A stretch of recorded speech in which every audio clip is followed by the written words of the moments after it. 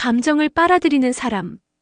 사람은 누구나 한 번쯤은 이런 경험이 있습니다. 누군가와 대화한 후 이상하게 지치고 무거운 기분이 드는 순간.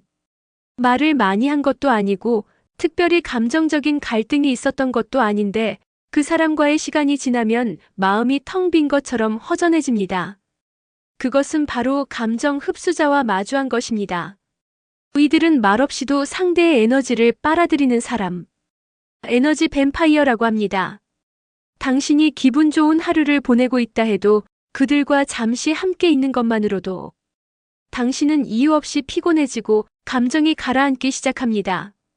이들은 늘 불만이 많습니다. 사회가 불공평하다고 말하고 사람들이 자신을 몰라준다고 말하며 모든 일에 부정적인 해석을 붙입니다. 그러나 진짜 문제는 그 불만과 부정적 감정을 당신에게 쏟아낸다는 것입니다. 처음엔 위로해주고 싶고 도와주고 싶습니다. 그래서 경청하고 공감하고 함께 울어줍니다.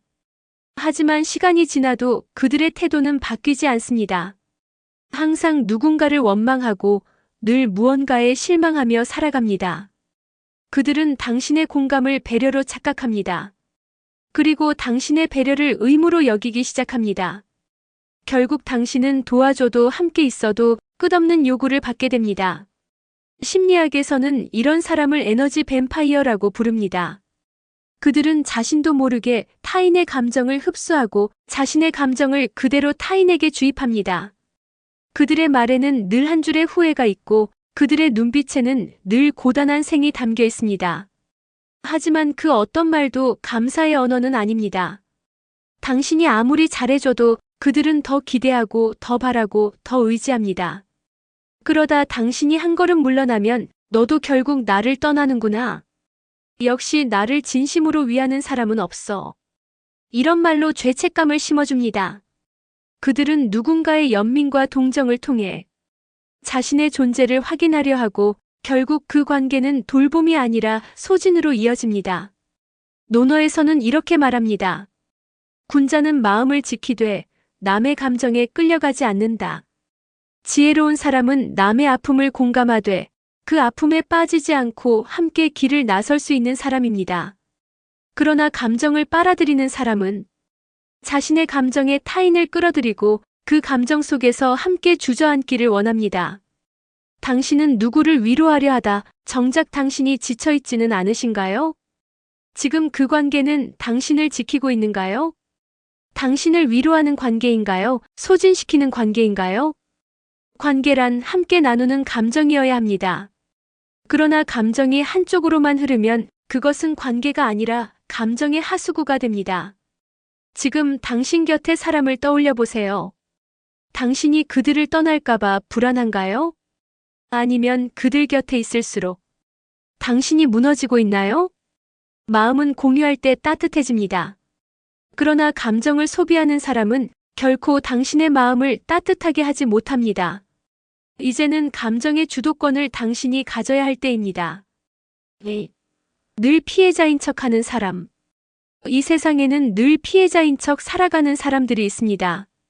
그들은 자신에게 벌어지는 모든 일을 운명 탓, 상대방 탓으로 돌립니다.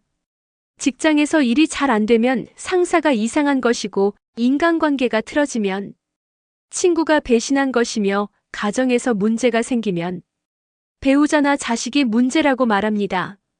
이들은 스스로를 성찰하기보다 자신이 세상의 피해자라고 끊임없이 되뇌며 살아갑니다. 문제는 그들의 이 피해자 서사 속에서 당신이 어느샌가 가해자가 되어 있다는 사실입니다. 당신은 아무런 악의 없이 조언했을 뿐인데 그들은 그것을 비난으로 받아들입니다.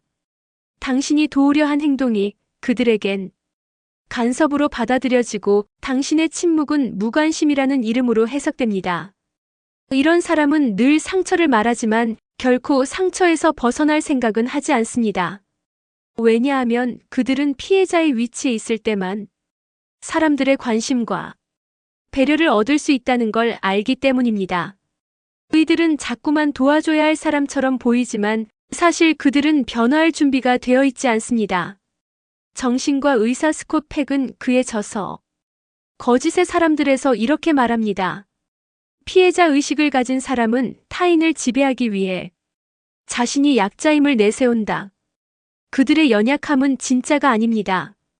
도움을 거절당했을 때 느끼는 자존심의 상처를 누군가에게 돌릴 준비가 항상 되어 있기 때문입니다. 그들과 함께 있는 사람은 점점 말수가 줄어들고 자신의 감정을 억누르게 됩니다. 왜냐하면 어떤 말이든 그들에겐 공격으로 들릴 수 있기 때문입니다. 어느 순간부터 당신은 조심조심 말하고 그들을 웃게 하려 애쓰고 상대의 감정에만 몰두하며 정작 당신 자신은 점점 무너져 내립니다. 이런 관계는 결코 건강할 수 없습니다. 진짜 건강한 사람은 자신의 아픔을 타인의 탓으로만 돌리지 않습니다. 슬픔을 나누되 책임은 공유하며 고통을 호소하되 변화를 향한 의지를 함께 말합니다. 하지만 피해자 서사를 가진 사람은 슬픔은 나누지만 책임은 피하고 고통은 말하지만 변화를 거부합니다. 그들이 원하지 않는 건 위로가 아니라 지속적인 보살핌과 동조입니다. 당신이 그들의 이야기에 공감하지 않으면 그들은 당신을 무정하다고 말할 것입니다. 당신이 당신의 이야기를 꺼내면 그들은 그래도 나는 더 힘들어라고 말할 것입니다. 그들의 세상에는 오직 자기 이야기만 있습니다. 그러니 조심하십시오. 그들이 당신 안의 죄책감을 자극하기 시작할 때 이미 그 관계는 균형을 잃기 시작한 것입니다. 좋은 사람으로 남고 싶다면 그들의 서사 속에서 가해자 역할을 자처하지 마십시오. 내가 한 말이 늘 문제되고 내가 하는 행동이 늘 비난받고 내가 침묵해도 무관심이라면 그 관계는 분명히 건강하지 않습니다. 좋은 인연은 서로를 살립니다. 그러나 피해자 코스프레를 반복하는 사람은 자신을 살리기 위해 타인을 지치게 만듭니다. 지금 그런 사람 곁에 있다면 한 걸음 물러서서 그 관계를 돌아보시기 바랍니다. 3. 말을 부드럽게 하지만 마음은 닫혀있는 사람. 사람은 누구나 겉으로는 예의 바르고 다정하게 보이려 노력합니다. 그러나 진심은 말투에 있는 것이 아니라 말의 방향에 있습니다.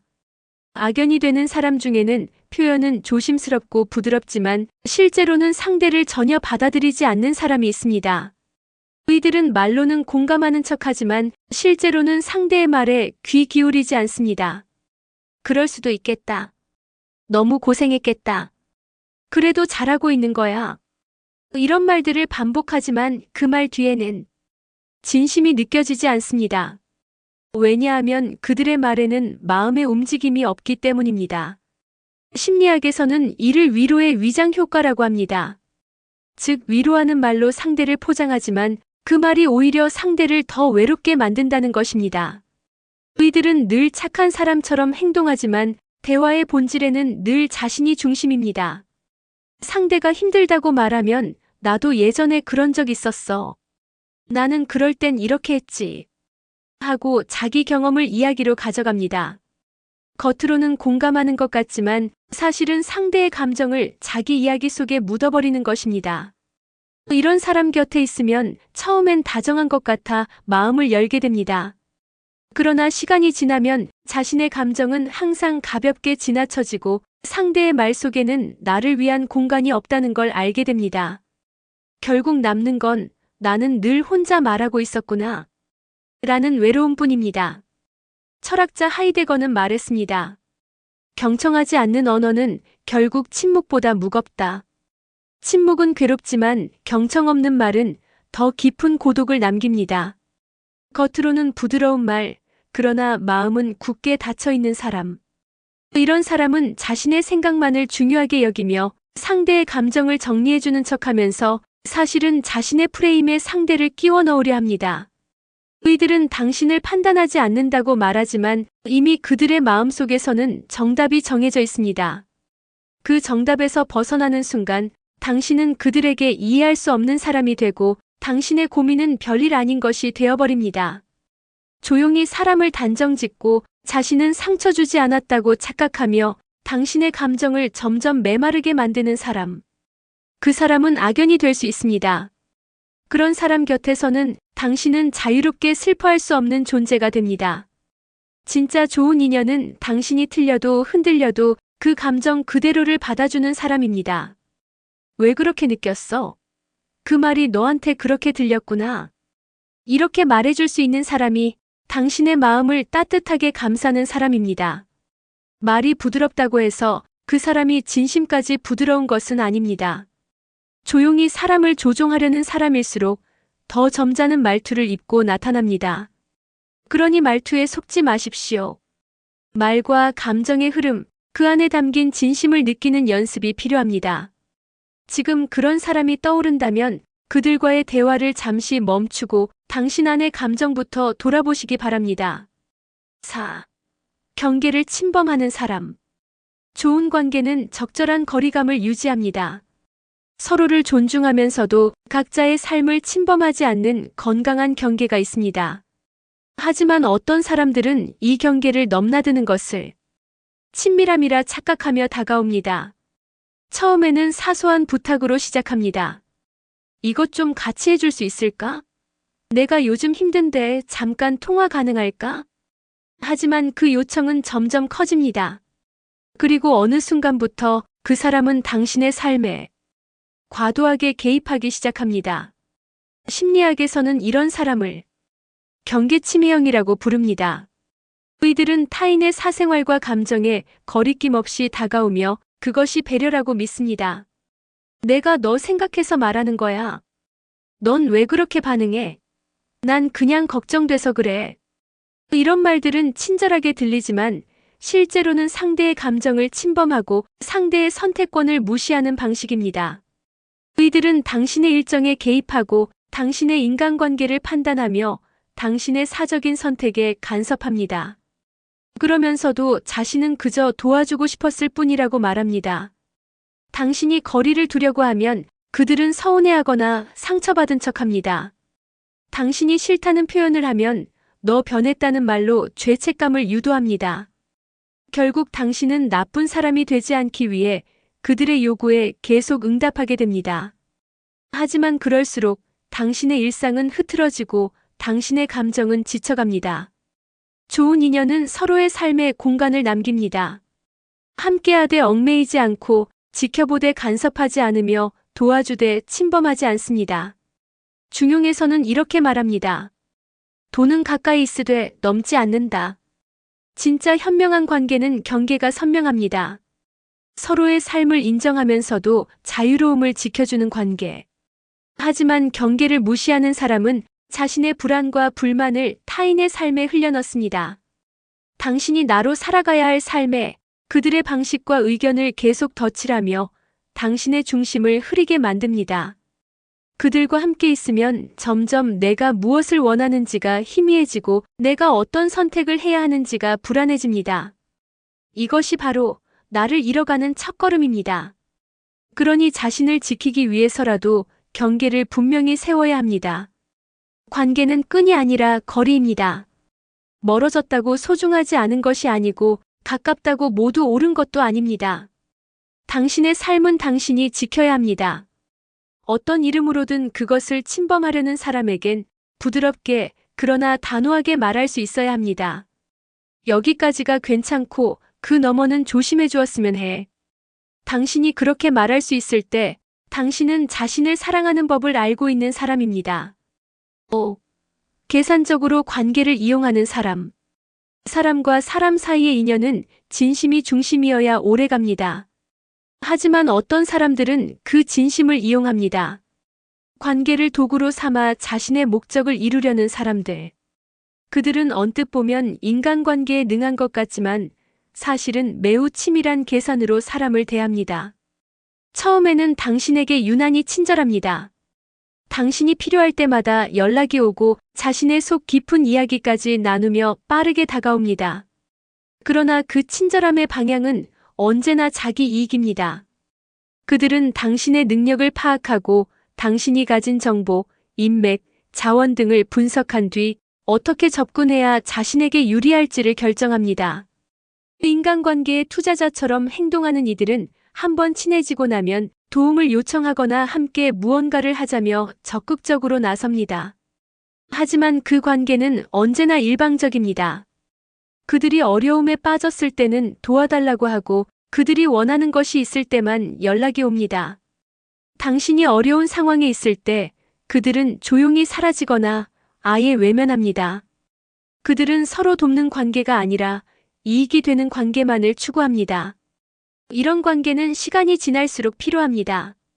왜냐하면 당신이 늘 무언가를 제공해야 하는 사람이 되기 때문입니다.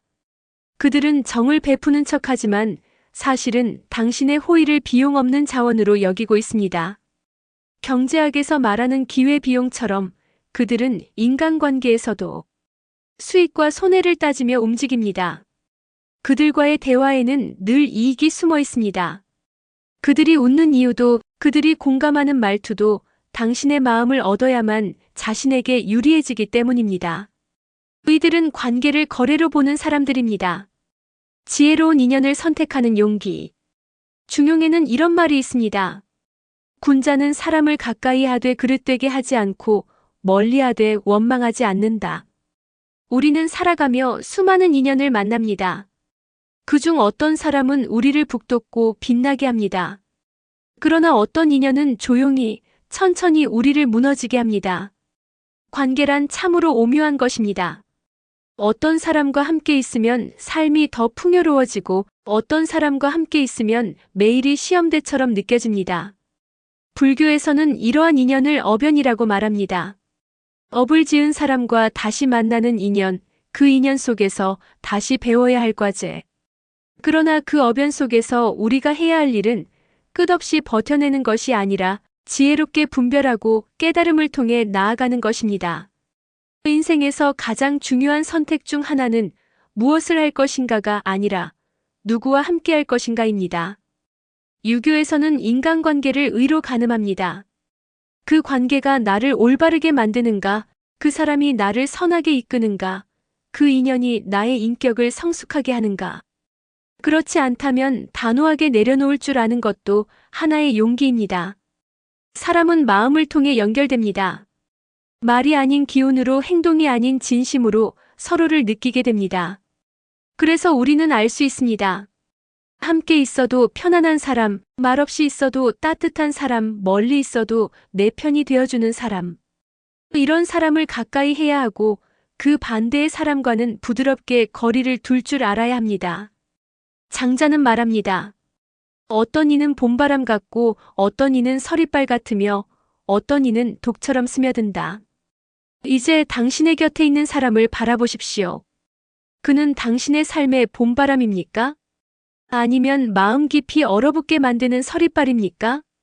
지혜로운 사람은 사람을 원망하지 않습니다. 다만 조용히 자신의 삶에서 그 사람을 비웁니다. 그리고 빈자리에 진심을 주고받을 수 있는 사람, 서로를 따뜻하게 감싸주는 사람, 함께 있어도 내가 나로 남을 수 있는 사람을 초대합니다. 그 구별의 지혜가 당신 안에서 새롭게 움트는 시간이 되기를 바랍니다. 당신은 소중한 사람입니다. 그 소중함에 걸맞은 인연을 선택하시기 바랍니다. 마음보다는 조건, 진심보다는 효용성, 사람보다는 결과를 따집니다. 물론 세상에는 서로에게 유익한 관계도 필요합니다. 그러나 그것은 상호적일 때 건강합니다. 그들이 당신을 도와준 적이 없다면, 그들이 당신을 진심으로 위로한 적이 없다면 그들은 관계의 겉모습만 취하고 실속은 모두 가져가는 사람일 수 있습니다. 논어에서는 이렇게 말합니다. 군자는 의를 따르고 소인은 이익을 따른다. 진정한 사람됨은 얼마나 이익을 얻느냐보다 얼마나 의리를 지키느냐에 달려 있습니다.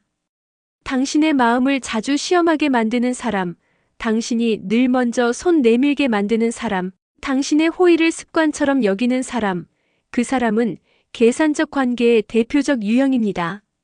사람은 물건이 아닙니다. 필요할 때만 꺼내 쓰고 다 쓰면 버리는 존재가 아닙니다.